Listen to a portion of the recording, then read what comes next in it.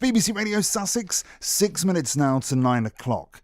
Wanted to bring you this story this morning. This is incredible. Even if you're not much of a scientist, you probably know the following. What goes up must come down. It's a derivation of Newton's third law, and it describes the relationship between two opposing forces, in this case, gravity. However, for pupils learning science at Chatsmore School in Worthing, what went up simply vanished.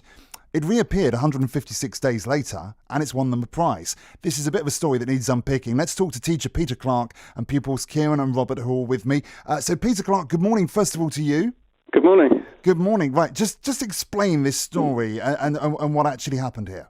Yeah, so it started off as a STEM project.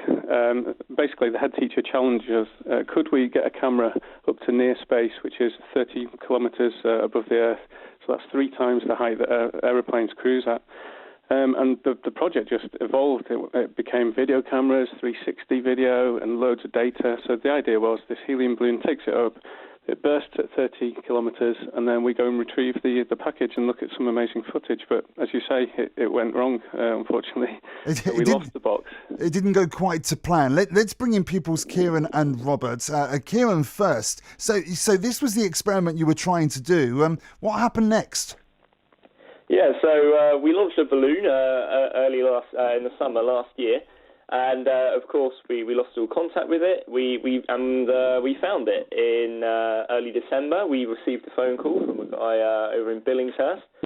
He was just walking his dogs, and he'd located the payload in some quite wooded area, heavily wooded area.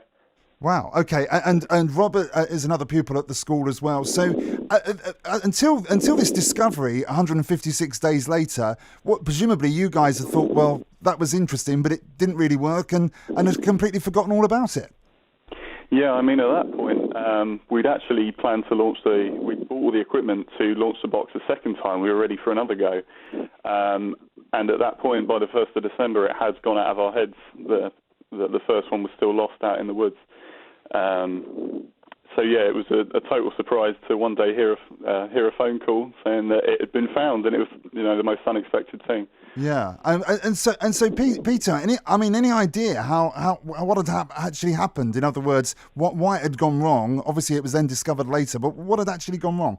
Yeah, we think there was some sort of power failure, which meant that the GPS system didn't work and we weren't able to track it. Right. But it's interesting, at the point when it was still lost in November, we entered it for this competition, the Big Bang competition, which is the UK's biggest science and engineering competition for young people. And we were amazed, even on the on the fact that it was still lost, we got to the finals. So that's amazing. What seemed to be a failure on the day turned out to be quite the opposite. Yeah, it's completely turned itself around. And I guess, Robert, you must be really proud of this. Yeah, I mean, it feels so great that we're able to show it off on such a national scale, and that we've been able to impress the judges among all of the other entrants. That they liked our project the most in our category, sort of thing. It feels really great. Yeah. To say that. And Kieran, is science, engineering, is it the sort of thing you might pursue as a career? Yeah, definitely. It's definitely what I'm looking to go on to do at university and continue with a career afterwards.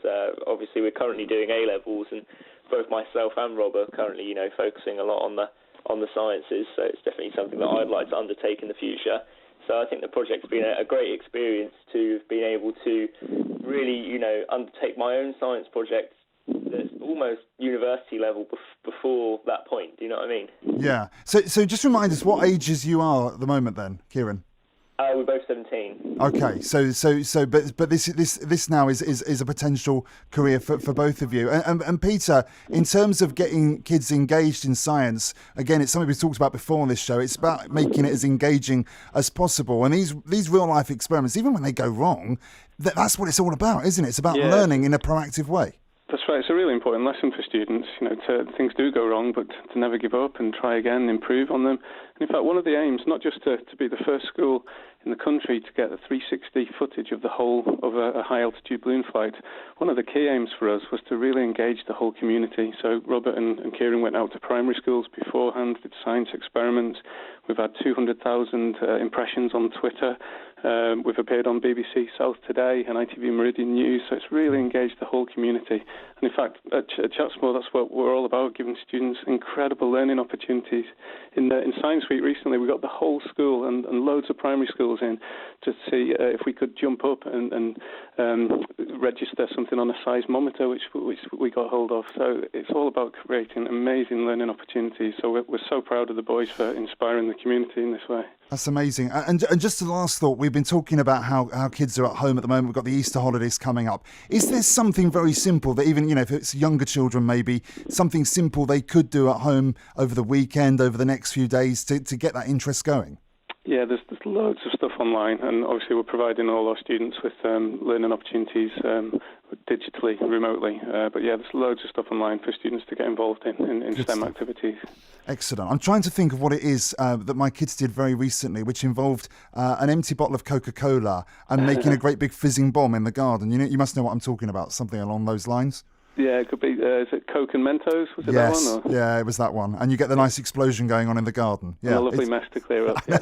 And the mess at the end of it for the parents. Brilliant stuff. Thank you all very much indeed for joining us, Peter Clark, and also pupils Kieran and Robert there with that brilliant story. Right, we've got a news update on the way. On the BBC Sounds app, on your smart speaker, play BBC Radio Sussex, and on your radio. The sound of Sussex is BBC Radio Sussex.